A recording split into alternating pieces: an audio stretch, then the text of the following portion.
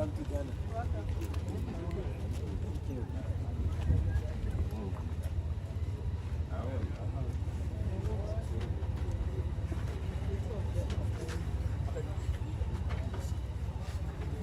Where is the man of another?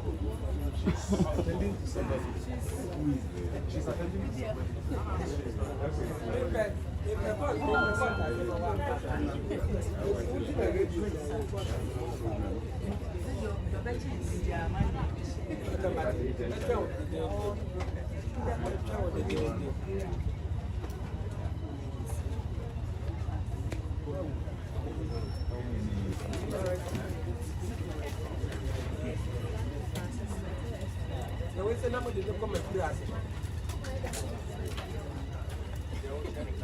You're in media. Yes, please. Thank you so much. This is quite a unique day, not only for Ghana, but for West Africa, indeed the rest of Africa. As you see that all the observer missions are led by very senior citizens of the continent. So you should know that the whole continent is interested in the elections in Ghana. And Ghana is a good example of a democracy in West Africa, indeed the rest of Africa. And we believe that Ghanaians will maintain that position. They will not deviate from that. So today is a unique day. We've been on ground for quite some time. Even in October we were here for pre-election interactions with key stakeholders. We've been out today. We've seen quite a number of places. We visited 3 stations, but each station has like 3 voting units. So total is about 9 or a little more. So we observed a reasonable number of places. So far, voting is going on commendably. We just believe that is maintained the whole day.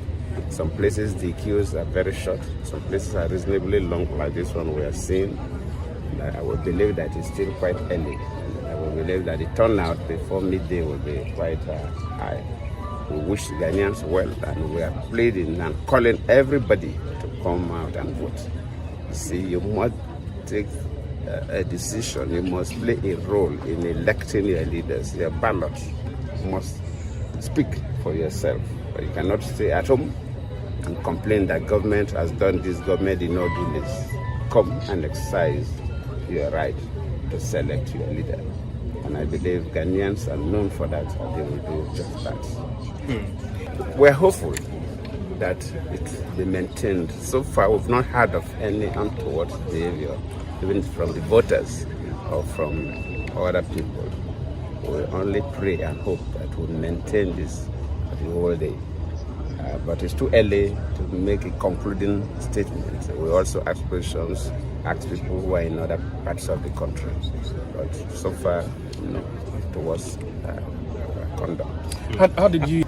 Because we are not technically election observers. We don't issue reports.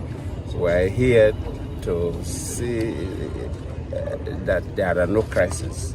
That is the main thing of the West African Elders Forum. If there are issues, we join the stakeholders to deal with the issues. So we don't push people into the hinterland. So we cannot make a comprehensive statement about the elections in the country until we meet with the ECOWAS observers. I think that meeting will be tomorrow. We'll meet with the AU observers. We'll meet with the Commonwealth observers. Then we'll have an idea about what goes on in the whole country. You were.